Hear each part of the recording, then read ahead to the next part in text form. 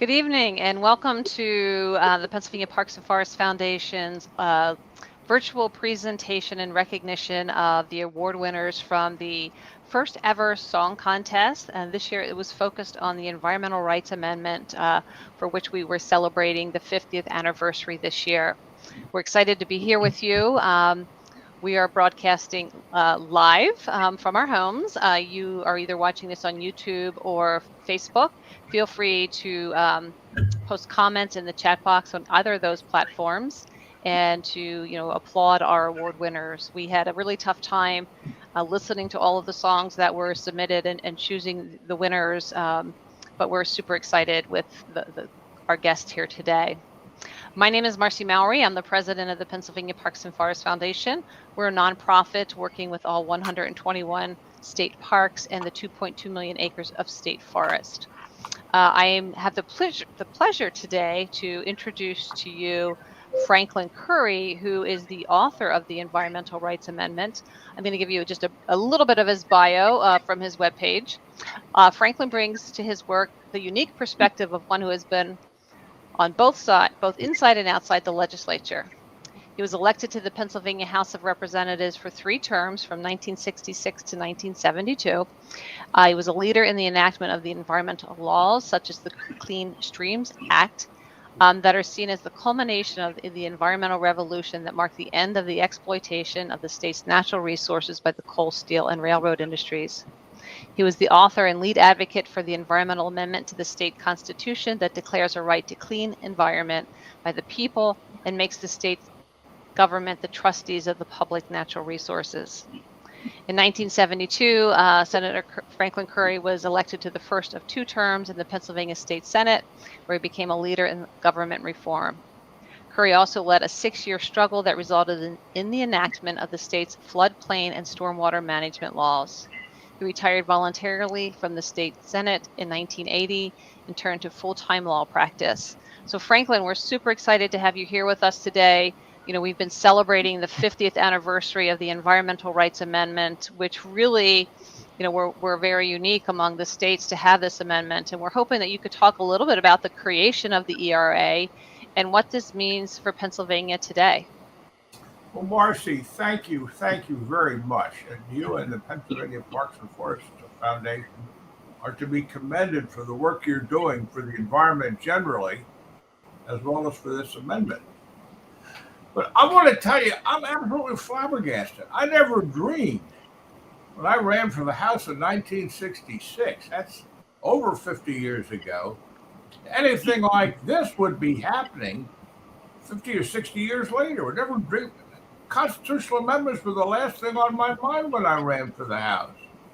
And to be alive and well and understand there are songs written about the amendment, it blows my mind. Rocks me back, so to speak. But let me tell you how it all began. I'll take just a few minutes because I know you want to get on with the rest of the program. But in 1966, I ran for the House of Representatives from the 108th District, which is now held by Linda Schlegel-Culver. But it's where the north and west branches of the Susquehanna come together. And every major community in that district is on the river. And the incumbent representative, who was the senior Republican in the House and chairman of the Appropriations Committee, voted no. It was stunning. So I decided with the help of Bassie Beck and others to run, and that would make that the issue. So I want to tell you, when I ran for the House, I only had 2 things in mind: winning the election, and then if I made the election, doing something about clean streams. That's all I had in my mind. And I want to tell you, winning the election was the hardest of the 2, the harder of the 2, because I had to run against a senior Republican who had the backing of a heavy patronage machine in Northumberland County. But using clean streams as the issue, we did it. We won, and I became sort of the Philadelphia and Pittsburgh newspapers carried my picture of me and my wife Beth as the upset of the year because we had beaten the senior Republican, and I was considered one of the first people to run for the legislature based on an environmental issue. So that got me into the House. And then when we got there, in 2 years, the Democrats took control of the House, and they created the House Conservation Committee. And John Laudadio of Westmoreland County, the senior Democrat in the House on environmental issues, and our environmental leader was chairman, and I was put on that committee. So I got to sit in on all the discussions of all the bills that came through our committee, and there were a lot of them.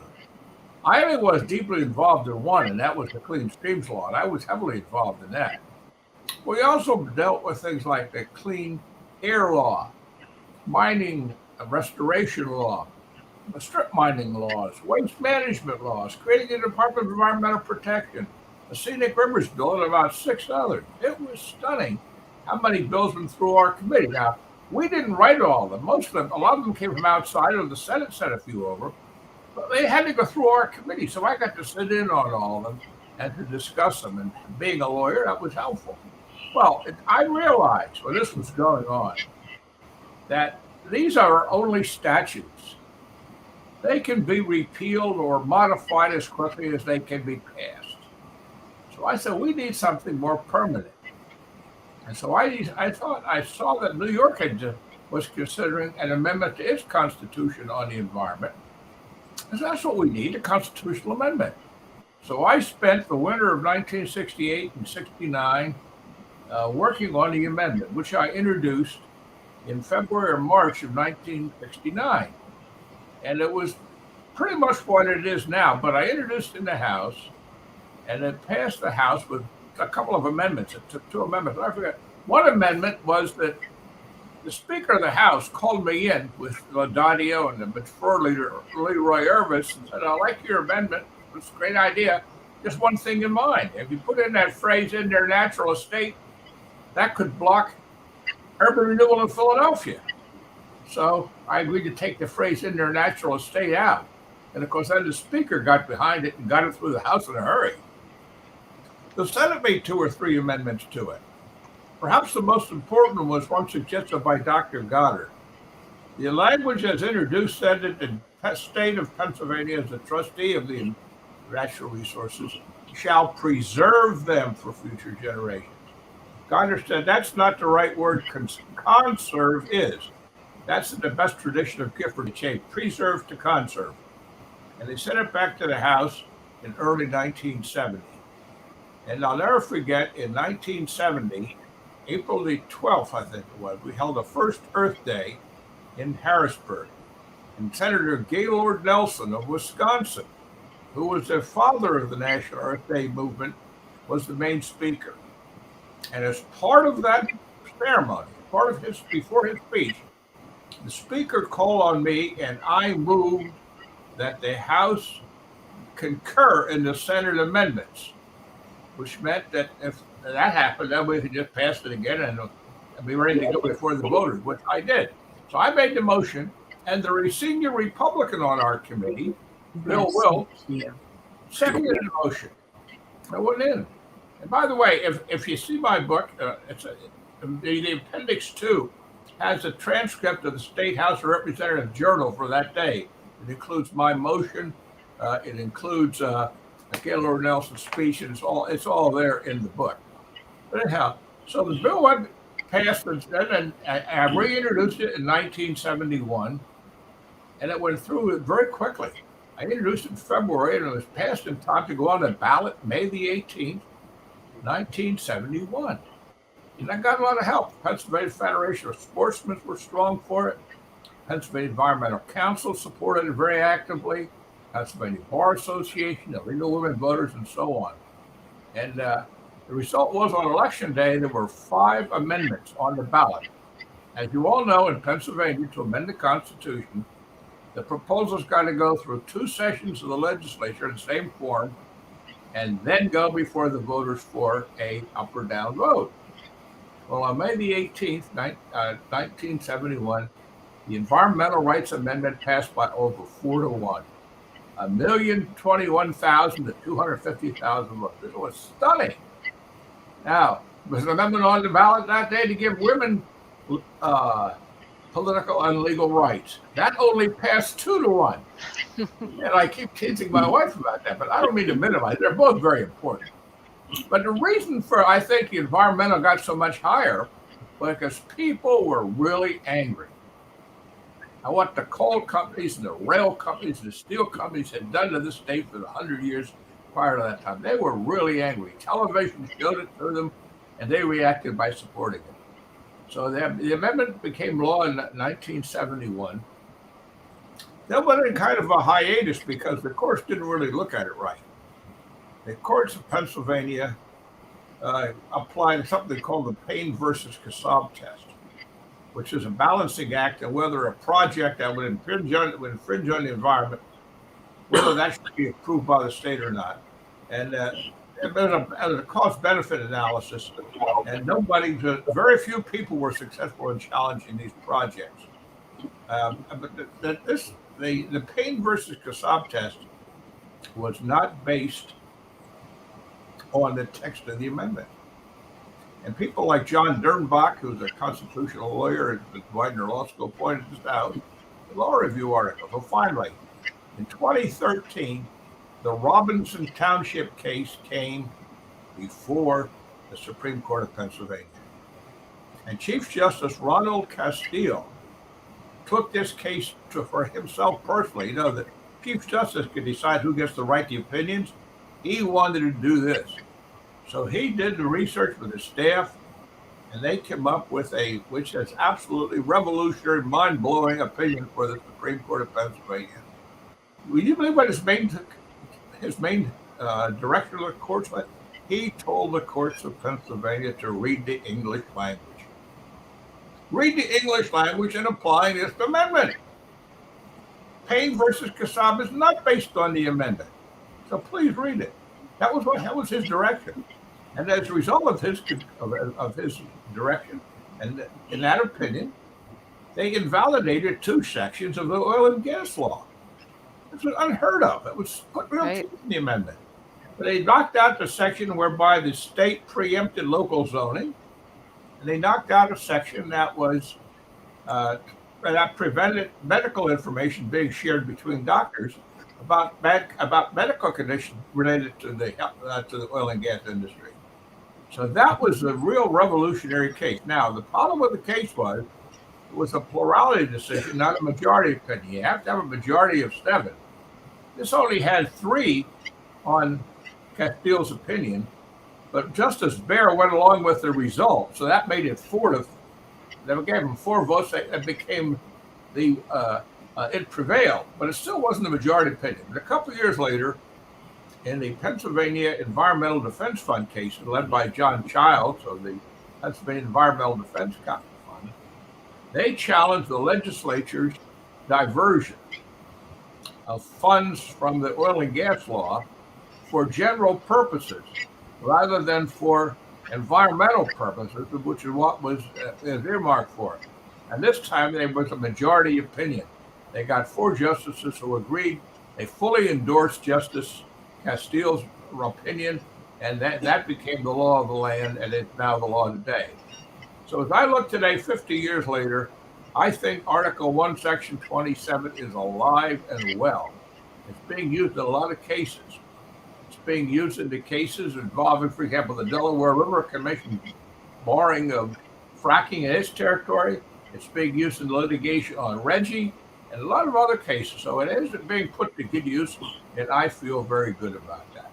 So I could go on and on and on, but even I'm a former senator, I'm going to turn this over back to you, Marcy, and I'll be happy to answer questions later on. But I want to congratulate all the people who put their songs into this. I'm anxious to hear them. I never dreamed anything like this would ever happen, but it has. Yeah. So thank you. Well, it's an honor and an appreciation for all of your efforts, Senator Curry.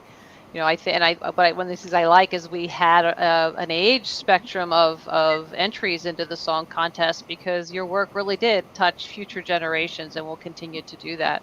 So thank you for your work. We're going to start out today with recognizing each of our award winners individually, and I'm going to ask them a few questions, and then we have Pam in the background, and she will play the song, which we've set to some photographs. Some of the photographs are pretty. Some of the photographs are not pretty, because some of the things we talk about in the song that are being talked about in the songs are some of the environmental challenges that we face in Pennsylvania, or some of the environmental challenges that existed that was the impetus for some of the laws that Senator Curry was involved in, and the Environmental Rights Amendment. So I'm going to start with Brooke Brucer. Brooke is our youth entry winner, and her song is Pick Up Trash. So Brooke, can you tell us a little bit about what inspired your song? I was writing my song on the side of the house, and I saw a McDonald's bag flying around, and then I knew it shouldn't be there. So then I thought of writing a song about so they don't do that ever again. That's very important. We do see a lot of litter on our roads and in our parks and forests, so that's a very good message. You play the ukulele in your song. How long have you been playing it?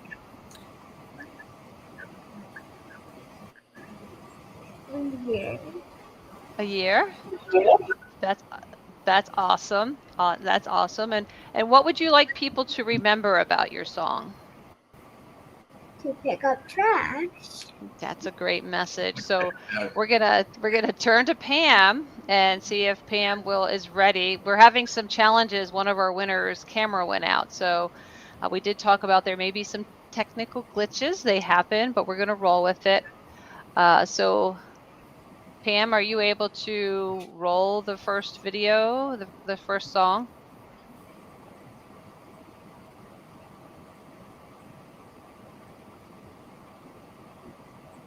Maybe yes.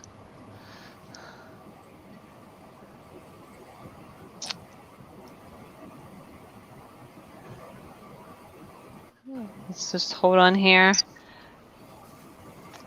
Let me try to send Pam a message.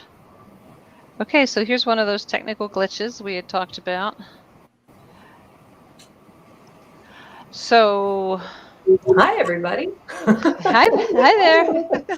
So of course it was working fine in practice, and now it's not connecting. So bear with me a second. You want to chat amongst yourselves. Well, we're chatting lives amongst ourselves. So, Brooke, we'll ask you a few more questions. What's your favorite subject at school? I like math. Bravo. Me too. Me too. You know what's one neat thing? When I've picked up trash, I find all kinds of other things. Like sometimes I find coins. One time I found a couple really cool little snakes. You see all kinds of neat things when you pick up trash. Plus, you see plants. Yes. Here we go.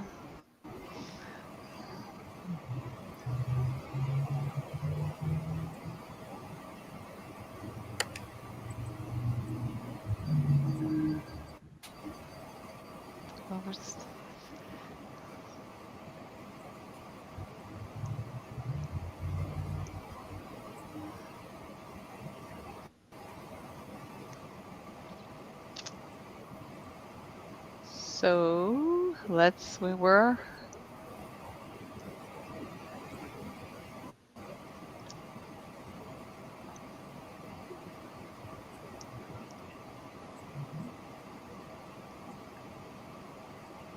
So Pam, is it still not working? We had practices. We ran this. Why you're saying that you were not seeing it. It's playing fine on my computer, and I was enjoying Brooke, but yeah. No, it's just your screen without anything showing. With no movement. Okay. So what I'm going to do is I'm going to, Deb's saying too that she needs to be let in. It's saying she's backstage. We'll talk to Ed next, and maybe we'll just end up doing them all back to back. So Ed, tell us about your song. Well, I remember reading the article in the paper and about the environment and how the amendment helped the parks and so forth. And as I read it over, I thought, I'm going to enter this contest and just see what I can do. And being my age, I can remember the smokestacks with the flames coming out and the polluted waters and damaged soil. And I kept all that in mind. But a lot of the lyrics that I put in the song are actually coming from the article that was in the paper about the amendment itself and the preservation of the parks and so forth for the future. Nice. And have you been writing songs for a long time, or were you just inspired by this particular contest? Oh, I think he froze. There you go. Ed, did you hear me? Yeah, I haven't really, but now that the internet is kind of alive and well with people recording music, I'm getting interested in trying to do some writing and do some songs and get them on the internet. Yeah, the internet's it's wonderful for a lot of things. Yeah. And what is the name of your song, Ed? The Amendment. The Amendment. Perfect. My little cheat sheet disappeared. Pam, are you ready for the first two? Can't do a thing about it. The option to share is grayed out on my computer and I can't select it. Why is that? I don't know. It's just not, it's not possible. I can't even stand it. Okay, so Deborah, we can't see your picture, but we can see that you're there. We are working through some big hiccups here today. So can you tell us a little bit about what inspired your song? Sure. Can you hear me? Absolutely, we can. Okay. Very well. Because I'm not showing up on my screen either. So well, I am a songwriter and an environmental lawyer. So I thought this was a unique combination of opportunities to talk about what the ERA means. It's such an important amendment, and in my book, Senator Curry is a real rock star. It's an honor to be on this call with him. And I grew up in central Pennsylvania in an area right on the Appalachian Trail in Carlisle, Pennsylvania, and in the 70s. Late 70s, it just went through this very big sprawl development time, and a lot of dairy farms and cornfields. It seemed like one day to the next, they suddenly became housing developments. And that really impressed on me as a kid, like, oh, is there something we could do about this? Is there a way to save the most important land that for future generations? And lo and behold, that's what the Environmental Rights Amendment helps us do. So my song is called "People Have the Right," and I tried to use a lot of the words from the Environmental Rights Amendment in the chorus of the song, as you'll hear. And I actually had, I was going to show you if you could see, I have a framed copy of the Environmental Rights Amendment, which I've had in my office for many years, hanging on my wall. So it was really fun to figure out creatively how to use those legislative words in a song. I mean, it's not easy to get, as Ed knows, it's not easy to get to rhyme the word amendment with something, but so it was a challenge. We'll have to think about that for future things, Senator Curry. Rhymable words. Yeah, I also have the Environmental Rights Amendment hanging in my office, and you'll each be getting a magnet with the Environmental Rights Amendment on when we send out your certificate recognizing your accomplishment. I'm hoping that Pam is be able to do some sort of magic behind the scenes. We did run through this. It all worked, as it always does in practice. Doesn't necessarily translate into on the live screen. Jen's going to come in and try and get it to share from her computer, and I'm on a chat with support right now, so trying. Okay. So, one of the things that I thought was really neat is the use of the amendment, but also, I also grew up along the Susquehanna River, and remember as a kid being encouraged not to swim in it because of the pollution levels, but as an adult have enjoyed recreating on the river quite a bit. And it's nice to be able to talk about the changes that we witness, as well as the way, like with Brooke's song, how we continue to be a steward of these special places. So while we wait for the little tweaks to happen behind the scene, maybe the secretary can say a few words.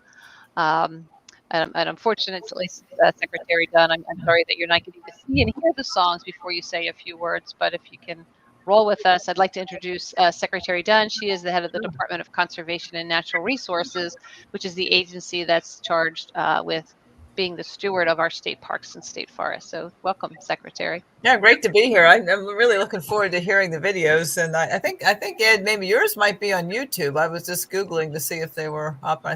I saw a reference to yours on YouTube, so I'll get to hear it one way or another. I don't know, Brooke and Deborah, if yours are on YouTube, but the topics sound great. One thing I think is really important. We all appreciate the environment in different ways. Franklin Curry put his political and legal mind to work on how to protect the environment and how to protect people, create clean water for people. People like me in our profession work on policies and education and ways to engage people through government, and government plays a major role in this as stewards and trustees of the natural resources of the state parks and the forest, the air, the water, and the Environmental Rights Amendment and the case law that's followed really highlights that. So that's an important role.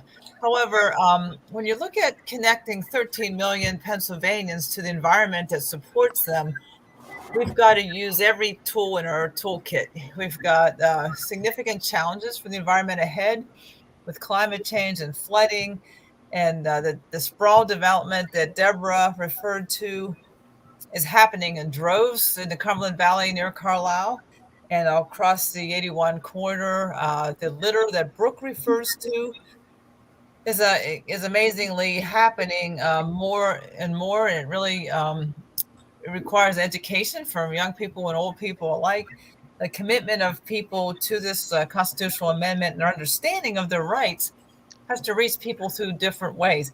And the arts, and when I say the arts, I mean music and painting and drawing and poetry and engagement with the arts is an avenue into a part of people's brains that's really different than science and policy and law. And when you're looking at influencing 13 million Pennsylvanians to take care of the environment that we call home, we've got to use every tool in our toolbox. So I think those of you and I think art is a form of generosity. It's, to share something as intimate of yourself and put it out there is a generous act. And so I really applaud artists who have put their work forward publicly. I personally, like different times over my life, I'm asked. No one ever asked me to sing at a wedding, thank God. But they've asked me to read a verse or read a poem or something at a wedding, which I'll do. I have no problem standing in front of a couple hundred people and speaking. It doesn't bother me. The idea of singing to anyone except for my husband frightens me a lot. I could never do it. Every once in a while in a Rachel Carson, there's a couple of places that even people like me sound okay. One is in the shower. The other one is in a big echoey area. So the hallways of the Rachel Carson down at the entrance, the big cavernous, with marble floors and stuff. And if it's late at night and I'm in the office late, every once in a while I'll try singing down there, hoping that the guard cameras aren't on and I'm not being watched from the Capitol or something. But even someone like me can sound kind of okay in that setting.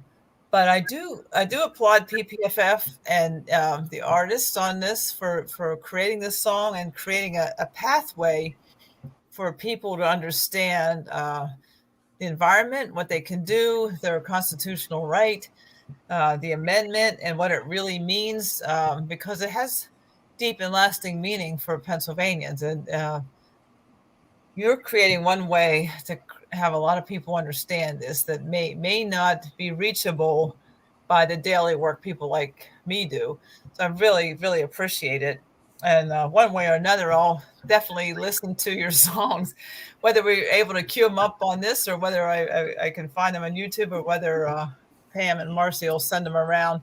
I'll share them with the people in DCNR.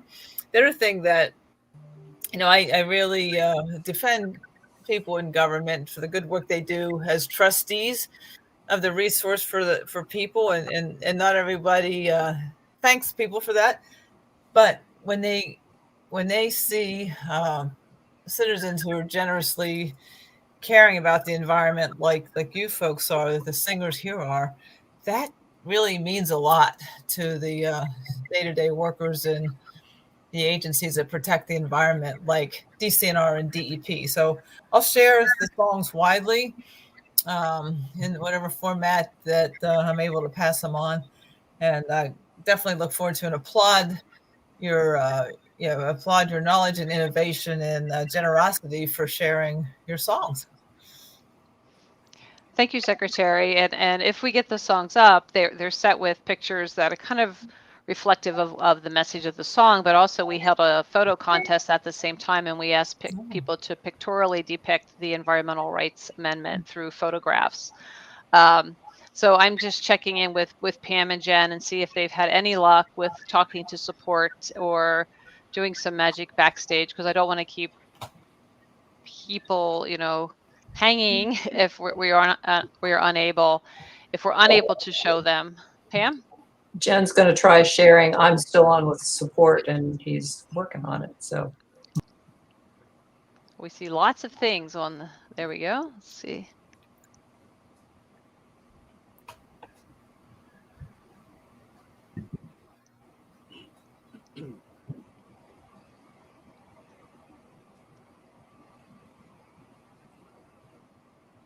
We're not hearing anything.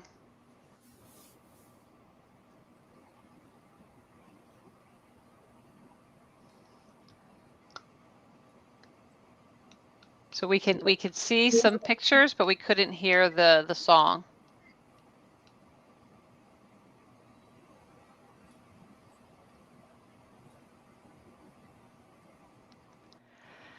Well, I think what we're going to do is we will wait. We're going to try again.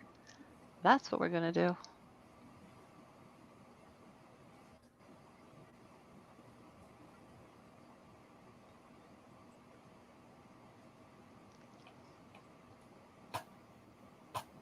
I still don't hear anything.